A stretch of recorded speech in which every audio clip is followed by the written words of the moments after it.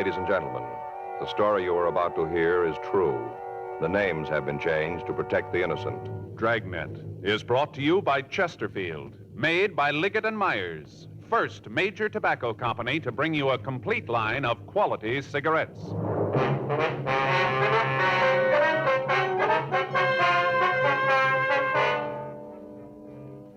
You're a detective sergeant. You're assigned to hit-and-run felony detail. A young woman has been run down and seriously injured.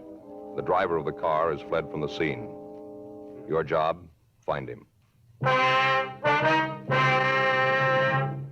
Today, friends, you hear these three words everywhere. Chesterfield's for me. The Chesterfield you smoke today is the best cigarette ever made. Best for you, because Chesterfield gives you proof of highest quality, low nicotine, the taste you want, the mildness you want. Chesterfield is best for you because it's tested and approved by 30 years of scientific tobacco research. Chesterfield is best for you because it has an established good record with smokers, proven by test after test. Yes, friends, the Chesterfield you smoke today is the best cigarette ever made for the taste you want, the mildness you want. Join the thousands now changing to Chesterfield. Always say, Chesterfield's for me.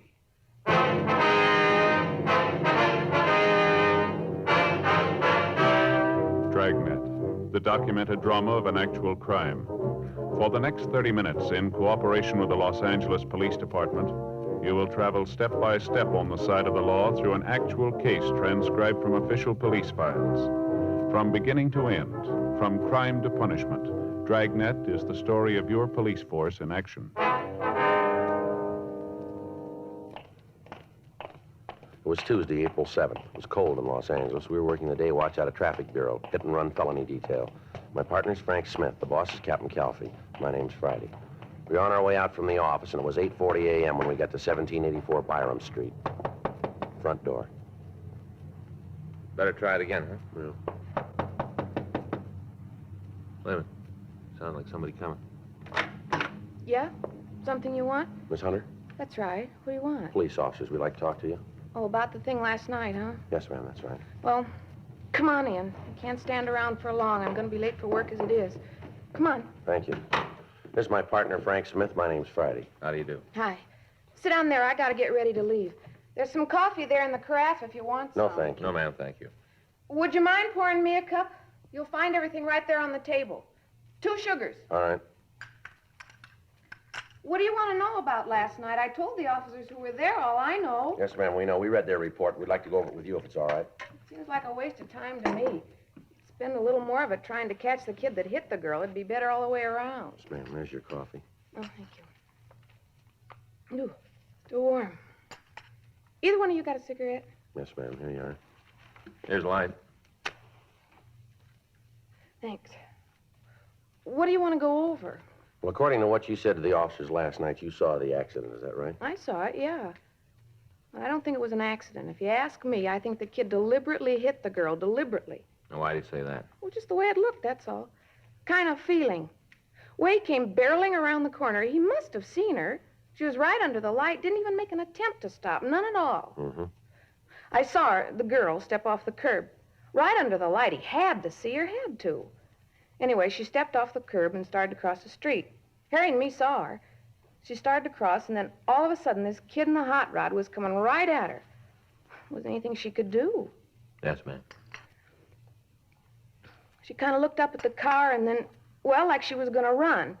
But she didn't have time. The car hit her and knocked her down. Did you get a good look at the car? You mean the one that hit her? Yes, ma'am. You bet I did. Passed right under the light. Got a real good look at it. Mm-hmm. I wonder if you'd describe it for us. I told the cops all about it last night. Seems like that'd be enough. Why do I have to go through it again? Well, there might be something you didn't think of last night, Miss Hunter, something you might have forgotten. Isn't likely, but if you gotta have it, I guess that's the way it's gotta be. Hope we can get it over with fast enough. I gotta get down to the corner so I won't miss my bus. Well, if it'd help, we can drive you to work. You can give us the information on the way. Well, that'll be fine. Wait a minute, I'll get my coat. Uh-huh. How'd it look when you came in? Ma'am? Did it look like it was gonna rain? No, it's pretty cold, though. Paper said it might rain today. Well, better take an umbrella. What kind of a car was it, Miss Hunter? A hot rod, you know the kind, real low, 2 exhaust pipes kind of beat up. Well, what kind of a car was it, the brand name? Oh, I guess it was a Ford. Looked like one. Mm-hmm. Hard to tell. It was kind of banged up, you know. I don't know why the police allow cars like that on the streets anyway. It couldn't be very safe. Can you tell us what year the car was? Well, I'm not real good at that, but I'd say maybe a 1940. Might have been 1941. It was a pre-war car, though, huh? Oh, You yeah, sure I'm of that? sure of that. Mm-hmm. Would like to get in, ma'am? Okay, thanks.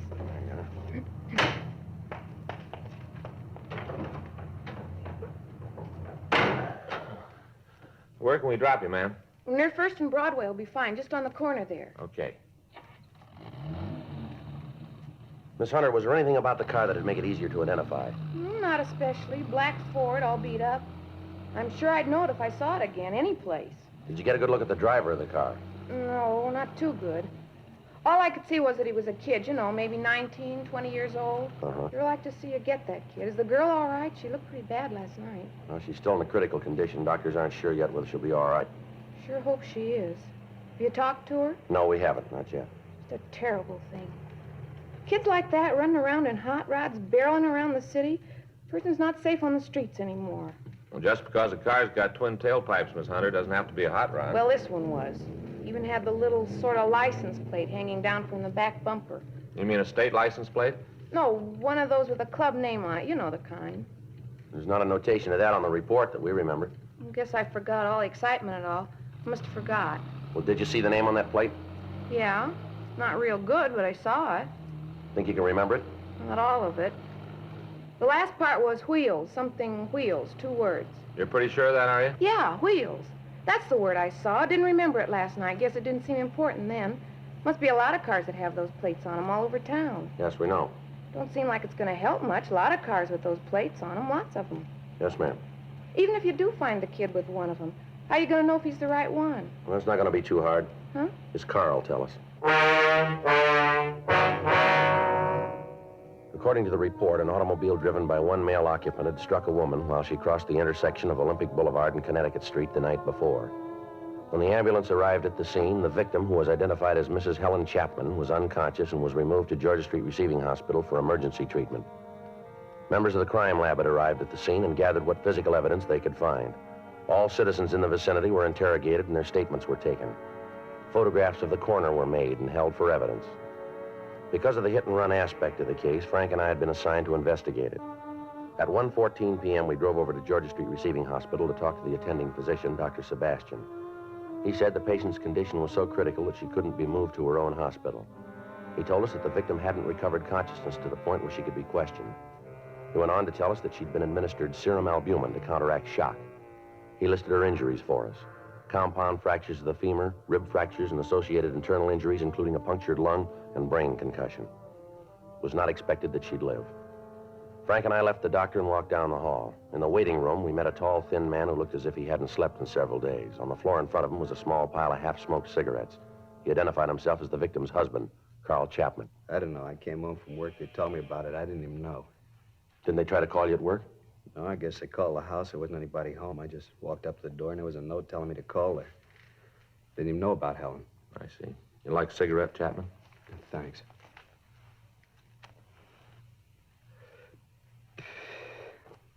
You talked to the doctor? Yes, sir, we just did. Is there anything new? She can be all right? Well, I don't know yet. You can ask the doctor yourself. Why don't anybody tell me anything? All the time I ask how my wife is, they tell me to ask the doctor. Why won't they tell me? I don't know, sir. Can't even find out if she needs anything. He won't let me see her. And anybody who'll tell me what's really happening in there, it's been over 10 hours. Nobody will tell me what's going on. Well, best thing, try to sit down and take it easy, Mr. Chapman. Oh, that's great to say. Just sit down. Easy to say. It's not your wife who's in there. It isn't someone you love. Why are you here, anyway? Why aren't you out trying to get the rotten little punk that did it? Why don't you look for him? We'll get to him, sir. When? After Helen's dead? Is that going to be when you start looking? We're looking for him now. We came over in the hopes that we could talk to your wife. We thought she might be able to give us some information. What in God's name do you want from her? The name and address of the kid who ran it down? Does she have to get out of bed and go find him for you? It's your job, yours. All this talk about the police department being so good, but what are you doing? You're standing around here with your toe in the dirt waiting for my wife to come to enough to point the kid out. All right, sir. Now, take it easy. Take it easy, nothing. You listen to me, both of you. You listen. If she dies, If that kid killed her, I'll find him. I don't know how, but I will. I'm going to do the same thing to him with my hands that he did with his car. I'll find him, I swear I'll find him, and I'm going to kill him. With my hands, I'm going to kill him. Mr. Chapman, Yeah, may I see you for a moment? yeah. Would you excuse us for a minute, Sergeant? Sure, Doctor. We'll wait out in the hall. It's a rough one, isn't it? Yeah. Wonder what's going on in there. I don't know. Better call the skipper. Tell him about that plate on the car. Get a broadcast out on it. Check the phone book for the address of the National Hot Rod Association. Better talk with them, huh? They might have something for us on the club. Right. You better start, cop. You better find him fast because I'm looking too. You ought to go home and get some sleep, Mr. Chapman. You're all worn out. I'm not going to get any sleep until I catch that kid. Until I catch that kid. How is the girl? She's dead. Both of them are. Both of them? Yeah. She was going to have a baby in a couple of months.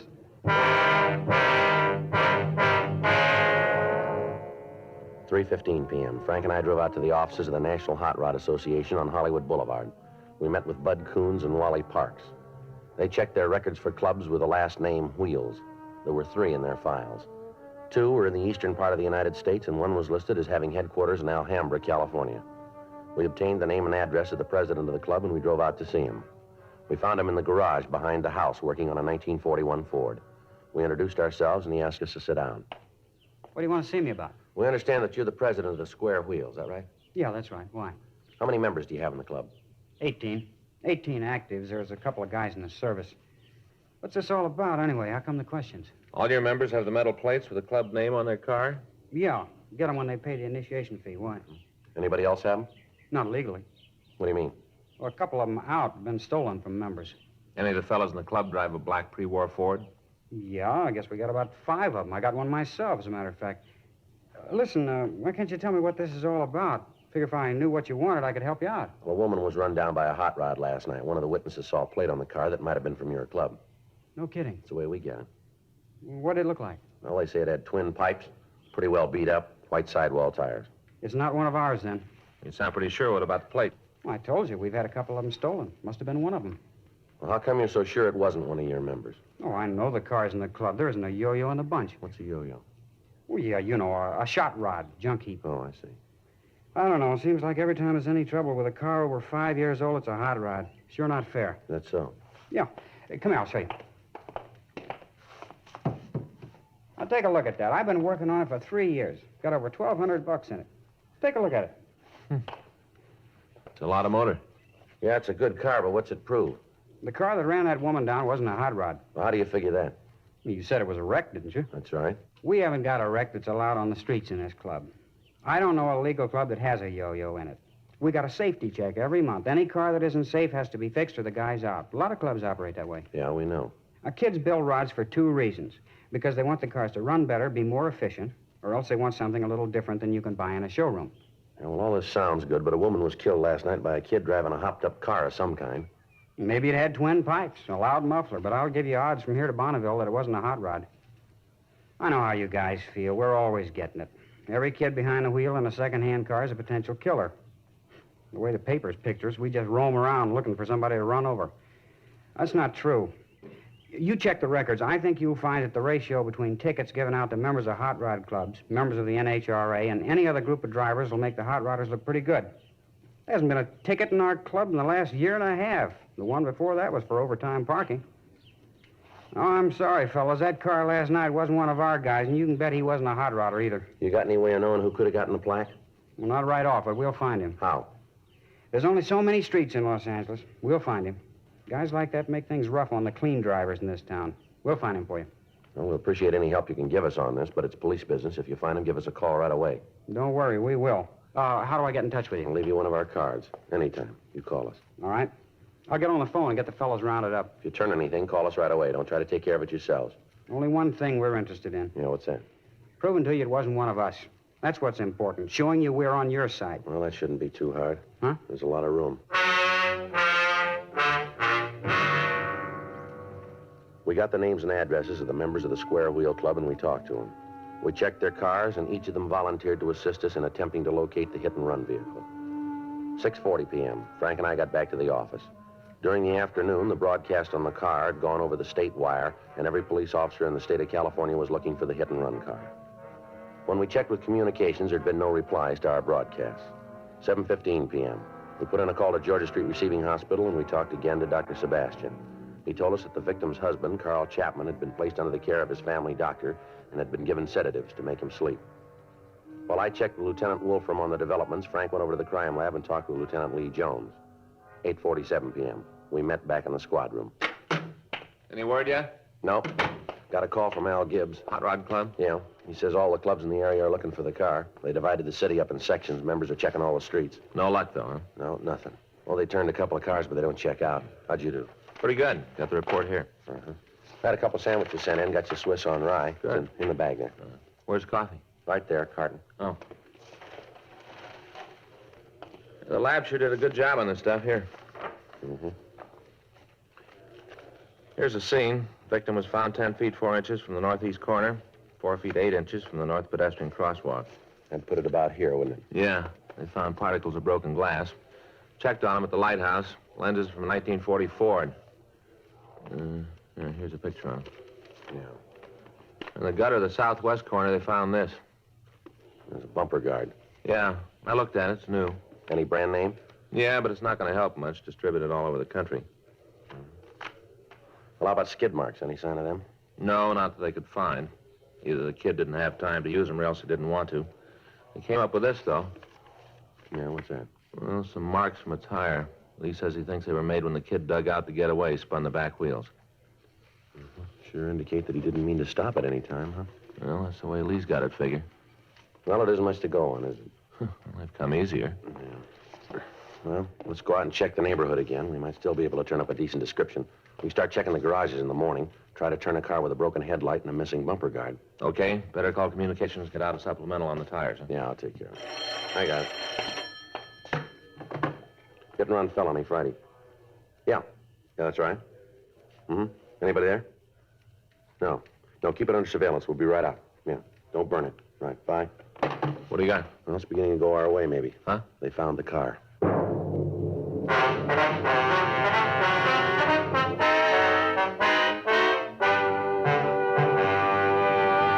You are listening to Dragnet, the authentic story of your police force in action. Chesterfield's for me. You hear it everywhere. Tonight, we hear from America's #1 band leader, Ray Anthony, who, with his attractive wife, Dee, plays college dates from coast to coast. In cigarettes, the young crowd really goes for Chesterfields. I've noticed that wherever we've played. And I guess it's one of the reasons Chesterfield is America's most popular two-way cigarette. Of course, Dee and I are Chesterfield smokers, too. We know they're best for us. Chesterfield's for me. You hear it everywhere. The Chesterfield you smoke today is the best cigarette ever made. For the taste you want, the mildness you want, join the thousands now changing to Chesterfield.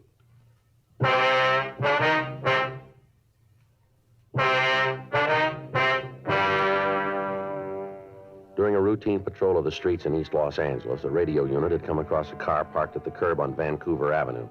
They'd stopped to investigate and found that it matched the description that we'd sent out. On the phone, I'd instructed the officer not to search the car, but merely to keep it under surveillance and check and hold anyone who approached it. Frank and I notified the crime lab of the find, and then we left the office and drove out to the location. We talked to the officers in the police car, and they told us that they hadn't seen anyone near the vehicle. We checked the registration and found that the registered owner was a Jack Moore. The white slip gave us an address in Hollywood. While the crime lab went over the car, we drove out to Moore's address to talk to him. He lived in a large house built in the mid-20s as a private residence. It had been converted into a boarding house. Frank covered the rear entrance. I rang the front doorbell.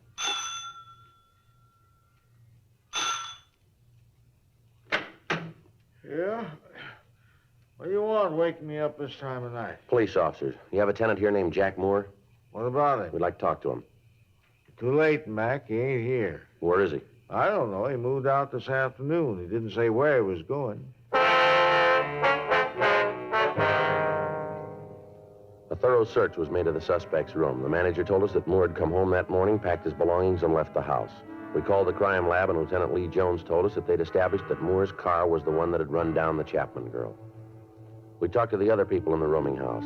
None of them could tell us where Moore might have gone. We put in a call to auto records, but the car was not listed as being stolen. Frank called his name into R&I, but we found that he had no felony record. From the occupants of the rooming house, we found that the suspect had no relatives in this state and no close friends that they could recall. Leighton Prince came out and went over the room, and in going over it, we found a wastebasket Moore had used to dispose of articles that he didn't want. In the basket, we found several match folders from a bar out on West 7th Street.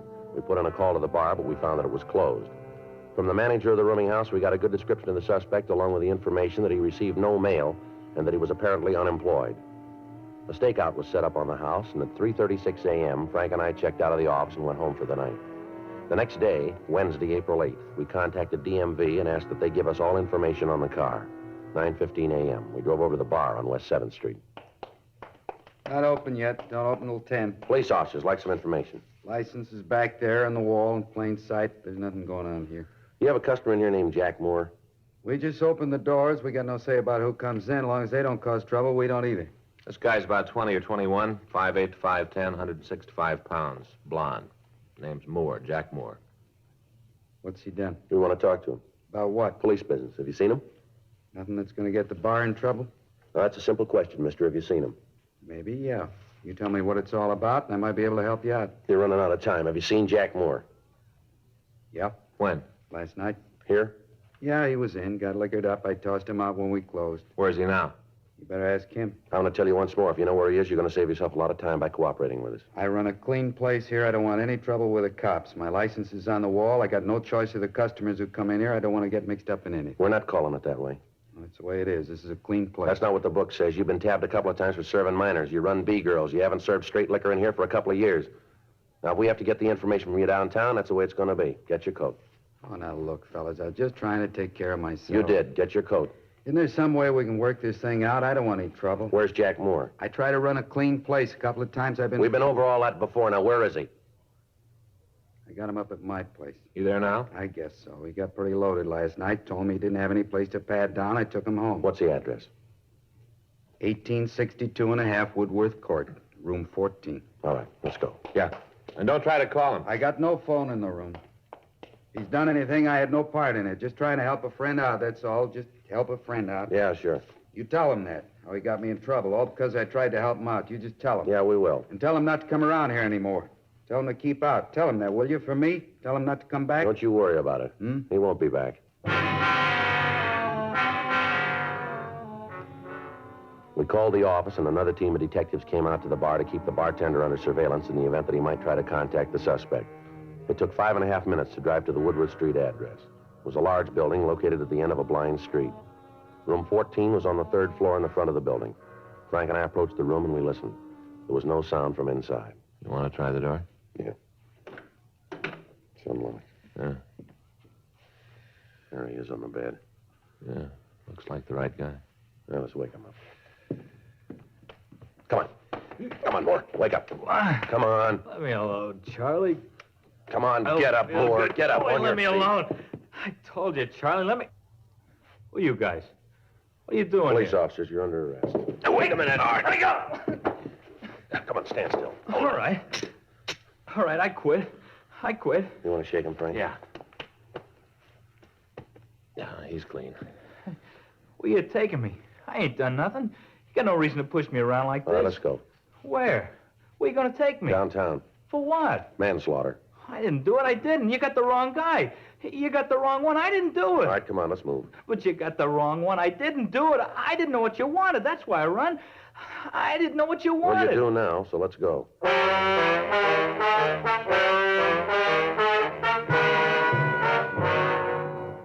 The suspect was taken to the squad room where he was questioned. He refused to admit any part in the crime. He was confronted with the physical evidence and with the ownership of the hit-run vehicle. The witness to the crime came to the office and said that Jack Moore was the man that she'd seen at the wheel of the car when Helen Chapman had been run down. Throughout the interrogation, the suspect refused to say anything. At 1:47 p.m., the door to the squad room opened and Carl Chapman came in. Where is he? I know he's here. I want to see him. All right, take it easy, I Chapman. heard you called him. I want to see him. I want to tell him. Is that the kid? Are you the one? You the one who killed Helen? Well, answer me. All right, take it easy, Chapman. Is he the one? The evidence points that way, yeah. Please. I want you to do something for me. What's that? Go away. Out of here, please. We can't do that, Chapman. He's in custody. Please leave me alone with him. Come on, Chapman. You better wait outside. Now, just a minute. Listen to me, kid. When they put you in that cell, you get down on your knees and thank God that they found you before I did. You understand? You thank him, and every day you live, you thank him. You do that because I would have killed you. Take it easy, Chapman. My wife's dead because of him. You hear that? You killed her. They got lost to save people like you, but none for her. None for her and the baby. They didn't have any laws. None for them. All right, Chapman. Come on, take it easy. Frank? Come on, sir. Yeah.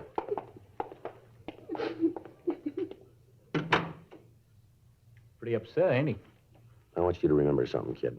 In the years I've been in this department, I've seen some bad ones, real bad. Teenage kids that didn't know any better scraped up off the pavement and sent home to their parents. Drunks who were too loaded to know what went on. There's been a lot of them go through here, but you finish way ahead of the field, boy. You talk good. I bet you're on a lecture team around here. I'm getting fed up with you kids roaming the streets in death traps. Now, I don't care about you. You want to wrap yourself around a post, you go ahead. We'll try and stop you, but don't you take somebody else with you. Every year, the number gets bigger, more people killed. It isn't the honest drivers that do it. It's people like you who don't care for anybody else. Now, we've tried about everything in the books to make you understand. Doesn't look like any of them did any good, does it? I'm a bad one, ain't I? You killed a human being, boy. A woman who didn't even know you. She never saw you until it was too late. You threw a ton and a half of metal at a 120-pound woman, and then you ran away and left her in the gutter to die. You've wrecked a family. You tore it right down the middle and rolled over it. You've ruined the lives of all the people around that woman. You gave a group of decent kids a bad time because you stole their name. Now, you get on your feet, young fella, and you keep that smart mouth of yours closed. Do you understand? Can I ask you something? What's that? Hit and run. How much will I get? I don't know, but it won't be enough.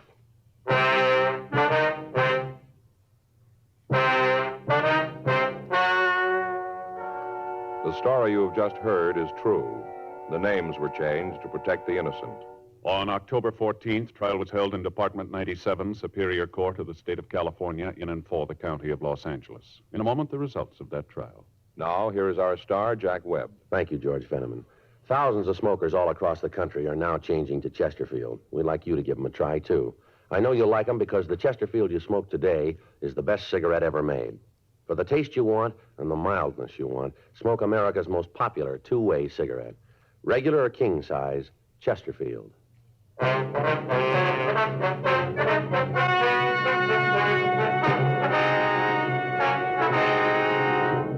Jack Carlisle Moore was tried and found guilty of manslaughter, 1 count, and received sentence as prescribed by law.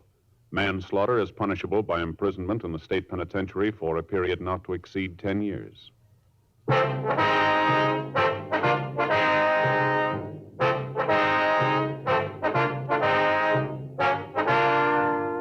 You have just heard Dragnet, a series of authentic cases from official files.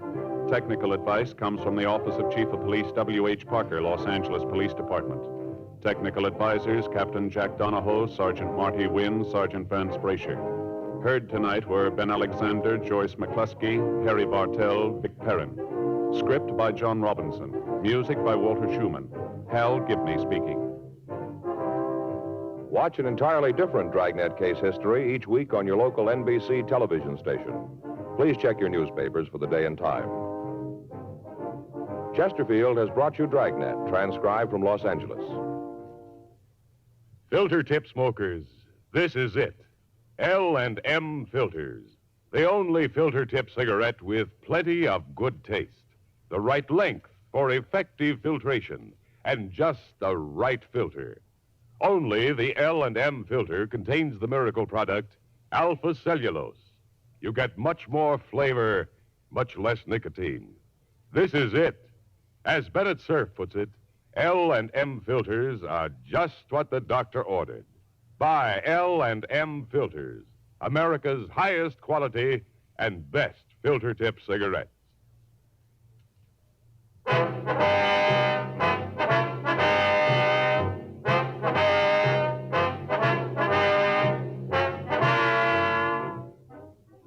Hear Rocky Fortune following John Cameron Swayze and the news on the NBC Radio Network.